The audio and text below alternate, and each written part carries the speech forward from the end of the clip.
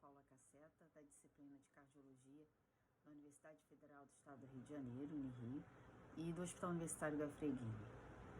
Inicialmente, eu gostaria de agradecer a Cadinha o convite da participação da cardiologia na jornada de distrofia muscular de Duchenne, para que a gente possa falar um pouco sobre a participação do coração no processo, na evolução da distrofia muscular de Duchenne. E hoje, a cardiologia ela tem esse papel na repercussão de como os pacientes vão evoluir na distrofia muscular de Duchenne. Por que eu digo hoje? Eu digo hoje porque o melhor tratamento, o melhor acompanhamento pneumológico, através da fisioterapia, através das consultas mais seriadas com a pneumologia, através de dispositivos que melhoram a função pulmonar, como BiPAP, o Bilevel, por exemplo, fez com que os nossos pacientes tenham uma evolução muito melhor do que há décadas atrás. E essa evolução melhor permite que outros sistemas possam mostrar efetivamente como eles reagem na distrofia muscular de Duchenne. E que outros sistemas são esses? Como cardiologista, eu vou falar do coração. A gente não pode esquecer que o coração é um músculo, e a gente está falando de distrofia muscular. O músculo do coração, assim como a musculatura esquelética periférica, ele também é acometido pela distrofia muscular de Duchenne. Na distrofia muscular de Duchenne, a gente tem a ausência de produção de uma substância chamada distrofina. E essa distrofina ela é responsável pela manutenção da integridade da membrana celular dentro do citoplasma dessa célula muscular. Então, a gente mantém a integridade do miócito, como a gente chama, a célula do músculo cardíaco, através da melhor integração entre a distrofina e o conteúdo desse miócito. E quando a gente não tem essa distrofina, nós tornamos a nossa célula uma célula mais vulnerável à ruptura. E sendo ela vulnerável à ruptura, o seu conteúdo vai ser expresso fora da célula. Então, é o que a gente chama de setor extracelular. Então, essas enzimas do coração, quando elas atingem o meio extracelular, a gente vai observar que muitas vezes a gente vai fazer um exame de sangue e aparecem as enzimas cardíacas aumentadas nos pacientes portadores de distrofia muscular de Duchenne. Ora, isso é infarto? Não. Isso é exatamente secundário à ausência da distrofina. E o que acontece com esse músculo? Esse músculo, ele vai progressivamente sendo substituído por um tecido que não funciona, chamado de tecido fibrótico. Então, o coração, que era para se contrair, se relaxar, contrair, se relaxar, ele vai aumentando de volume. E ao aumentar de volume, ele perde a capacidade de se contrair de forma eficiente. E essa perda da capacidade de contração é o que a gente chama de insuficiência cardíaca. Então, a gente vai observando a evolução da distrofia muscular e também vai observando a função do coração nessa distrofia muscular. Então, qual é o papel efetivo da cardiologia nessa evolução? Se a gente acabou de ver que o coração, sendo um músculo, ele inexoravelmente tem que ter a distrofina, a gente sabe que mesmo que o nosso paciente não tenha sintomas, ele já vai ter lesão da musculatura cardiológica. Então, a gente vai ter que sim atuar de forma precoce, atuar de forma protetora dessa musculatura. Então, a gente vai começar de uma forma mais antecipada o uso de medicamentos que retardem a progressão dessa lesão cardiológica. Então, como a gente vai fazer essa abordagem, como a gente vai ter o paciente conosco na cardiologia? Ou seja, quando ele deve frequentar o cardiologista? Ele deve frequentar o cardiologista, em primeiro lugar, quando ele tiver o seu diagnóstico. Então, se ele tem um diagnóstico com 8 anos, se ele tem um diagnóstico com 10 anos, ele precisa de ter essa primeira avaliação cardiológica. E essa avaliação cardiológica consta o quê? O exame físico, o eletrocardiograma, um exame de imagem, que pode ser o ecocardiograma ou até a ressonância cardíaca. Mas a gente precisa de ter essas ferramentas disponíveis para a gente fazer o acompanhamento desse paciente ao longo de toda a sua vida. Se a gente não encontra alterações nesses exames, e dependendo da faixa etária, a gente pode começar ou não começar medicação. Nos pacientes abaixo de 10 anos, ainda existe uma certa interrogação ao início dessa medicação. Porém, a partir dos 10 anos, quando a gente já tem uma maior certeza da possibilidade de termos uma lesão cardiológica, esses pacientes vão sim receber medicação. Então, esse paciente que recebe medicação, ele vai ser acompanhado na cardiologia. Então, a partir dos 10 anos, esse acompanhamento é preferencialmente anual. Novamente, repetindo o eletrocardiograma, os exames de imagem, que novamente pode ser ou o ecocardiograma ou a ressonância cardíaca. A partir do momento que um desses exames se altera, aí a presença do cardiologista se torna mais frequente. Por quê? Porque aí a gente não vai estar falando de prevenção de doença cardiológica. A gente vai estar falando de correção de uma questão que já aconteceu. Ou seja, a gente vai usar remédios para tratar uma lesão que já foi identificada.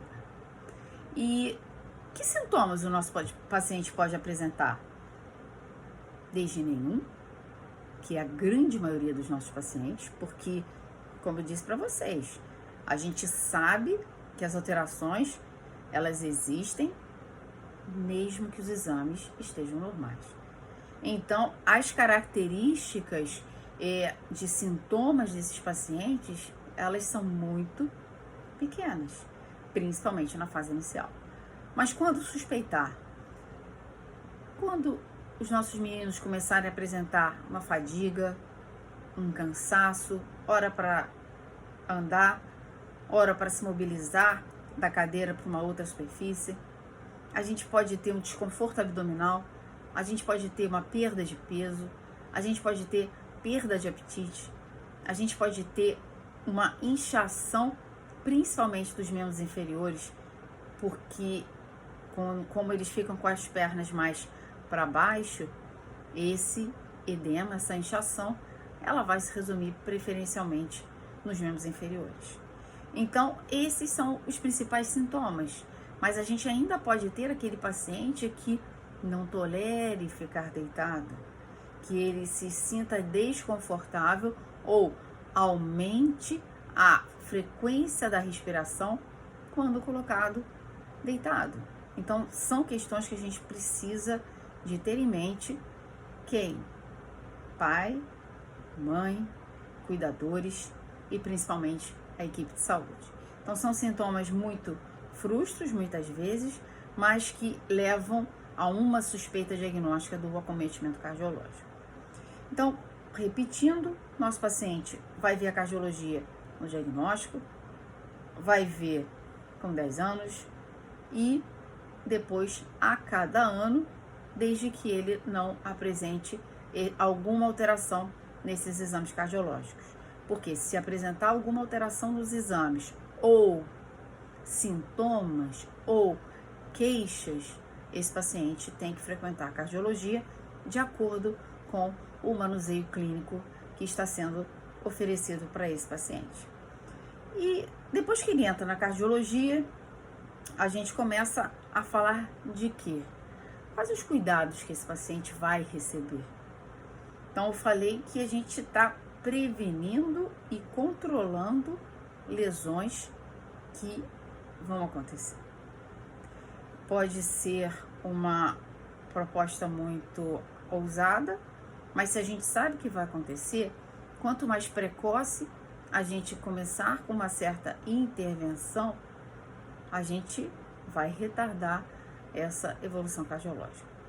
Então, como o arsenal de remédios para insuficiência cardíaca, ele tem se mostrado muito eficiente nessa lentificação da piora do coração, a gente pode sim lançar mão desses medicamentos para tratar o nosso paciente com distrofia muscular de Duchenne. Como eu falei, tratar e proteger esse músculo de que ele cresça e que ele fique disfuncionante. Então, em primeiro lugar, a gente tem a utilização de uma classe de medicamentos muito importante, que são os inibidores da ECA. Eles diminuem a chance do coração crescer. Uma outra classe de medicamento que é muito importante são os antagonistas da aldosterona. E esses antagonistas, eles também atuam em substâncias que são produzidas de forma deletéria dentro do coração. E uma outra opção que nós temos são o que a gente chama de beta-bloqueadores. Esses beta-bloqueadores, assim como nos pacientes com insuficiência cardíaca por outra causa, os pacientes se beneficiam muito com o uso dos beta-bloqueadores na insuficiência cardíaca. Mas e as outras terapias? O corticoide, a vitamina D, essas terapias, elas têm que ser mantidas.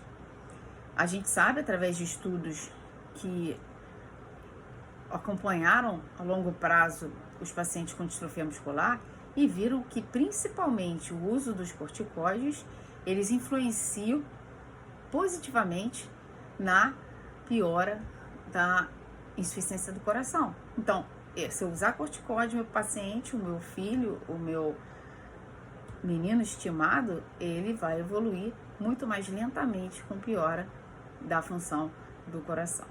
Então, é muito importante o uso dessas medicações para que a gente consiga preservar o coração como um todo.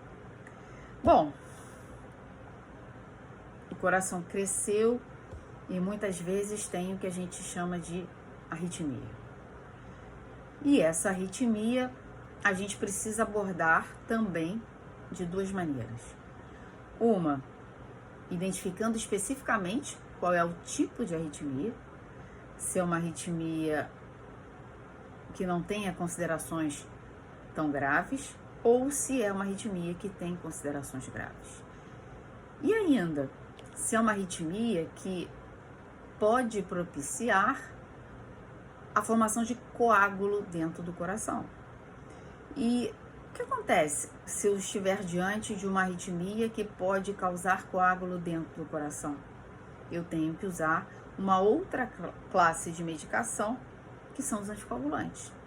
Então, vejam que a gente tem, sim, uma grande variedade de medicações que a gente pode oferecer para tornar essa evolução o mais seguro e o mais eficiente para o nosso paciente. E se essa arritmia for tão grave que possa comprometer a vida desse paciente? Aí nós teremos que lançar mão de um dispositivo chamado desfibrilador cardioversor. O que ele faz? Ele identifica a arritmia que tem uma possibilidade de matar e ele dá um choque no coração, o que faz com que essa arritmia restaure ao ritmo normal. Frequentemente, não é a nossa maioria, mas é uma evolução esperada para todos os pacientes com insuficiência cardíaca, para todos os pacientes que tiveram a integridade do seu miócito posta em jogo, que tiveram esse miócito substituído por um tecido que não se contrai.